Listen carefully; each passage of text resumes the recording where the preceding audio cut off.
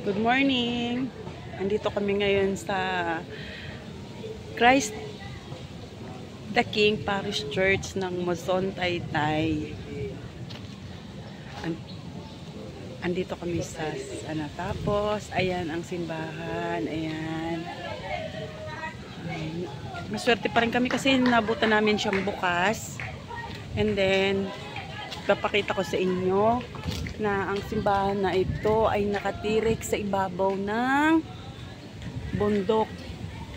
Yan ang sinasabi nilang dun sa pagpasok mo pa lang sa gate, may mababasa ka na Church in the Sky. Yung pala yun ang ibig sabihin. Kasi makikita mo, ayan, halos ang parang nasa Tagaytay ka ang style niya. Ayan ayan yung mga bahay nasa baba. Ayan. Ayan sila. Yung mga gusali at kung ano-ano pa. Ano kung saan yung park. Tapos yung asawa ko naman, nandun. Pumunta sa likod. Pupunta daw siya sa likod. Ayan. Kaya harap ko lang ng camera, guys. Ayan yung simbahan. Tapos may maraming asong bantay dito, guys. Nakakatakot. Okay. Siyempre, ayun, meron din silang CR na pang babae. Tapos siguro ito yung tirahan ng pari papunta dyan, tsaka sa Kristan, I don't know. Tapos ito, meron pa dito parang hallway. Ayan guys, hallway. Itutour ko na kayo para hindi kayo mahirapan pagpunta dito. At least meron na kayong idea. Ayan. Ganyan siya kaganda, guys. Hindi kayo magsisisi pag pumunta kayo dito, promise. Inakit nyo yung bundok. Tapos pagdating dito, isang napakagandang simbahan ang makikita nyo. Ayan. Ayan siya. Ayan siya, guys. Oh. See? Andun yung asawa ko. You know. Nag-aala din siya. Nag-video. And guys, nandito kami sa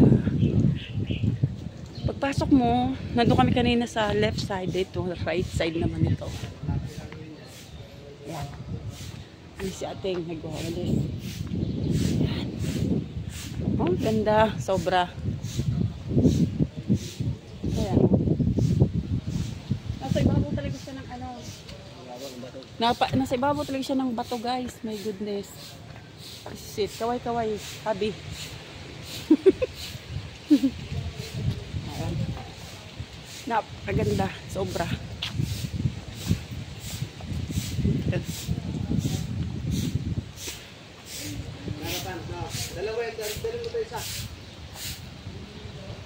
Teka. Punta ka muna. Pupunta pa ako dito. Hello po. Good afternoon. Pupunta pa ako dito sa unahan. Ay, tutor ko sila. Ayan. Ang ganda. Sobra. Tapos, yan yung pinakaharap na, guys. Pero hindi pa. Dito pa ako. Pupunta pa ako dito. Para makita nyo lang yung simbahan na pinuntahan namin. Para ayan. Good Samaritan Garden. Ayan. Ayan. Yan yung guys yung Adoration Chapel. So, ito na yung Christ the King Parish Church. Ayan. Huwag natin kalimutan, guys, na lahat ng problema natin may solusyon.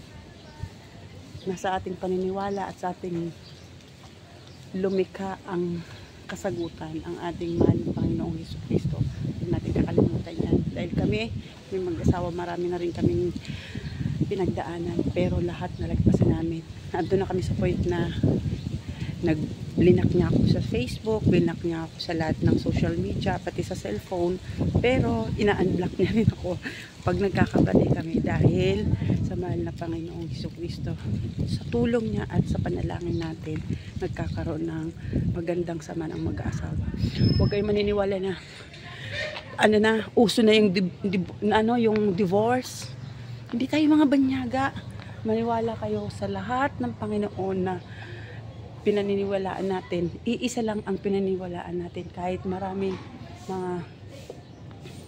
mga simbahan na may kontak ko na Iglesia ni Cristo, may born again lahat, pero maniwala kayo guys, iisa lang ang lumikha sa atin, ang mahal ng Panginoong Jesucristo. Wala nang iba. Kaya lahat ng problema natin, lahat ng kasiyahan natin sa buhay, kailangan sa Kanya rin lang natin ialay dahil siya lang naman mismo ang nagbibigay noon.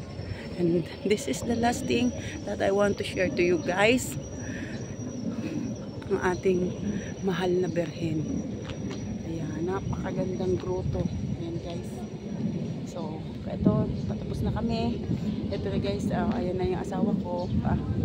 Pauwi na kami ng, ito na yung exit. Ito rin yung entrance na guys. Ayan, operation natin. Tapos kami nagaling kami doon. Tapos, hindi ko alam po sa ito pa guys. Ayan. Momento of the unborn child. Yung mga na pinapagod. Ayan guys. Yan. Yan. Doon kami galing sa kabila. Okay guys. Bye.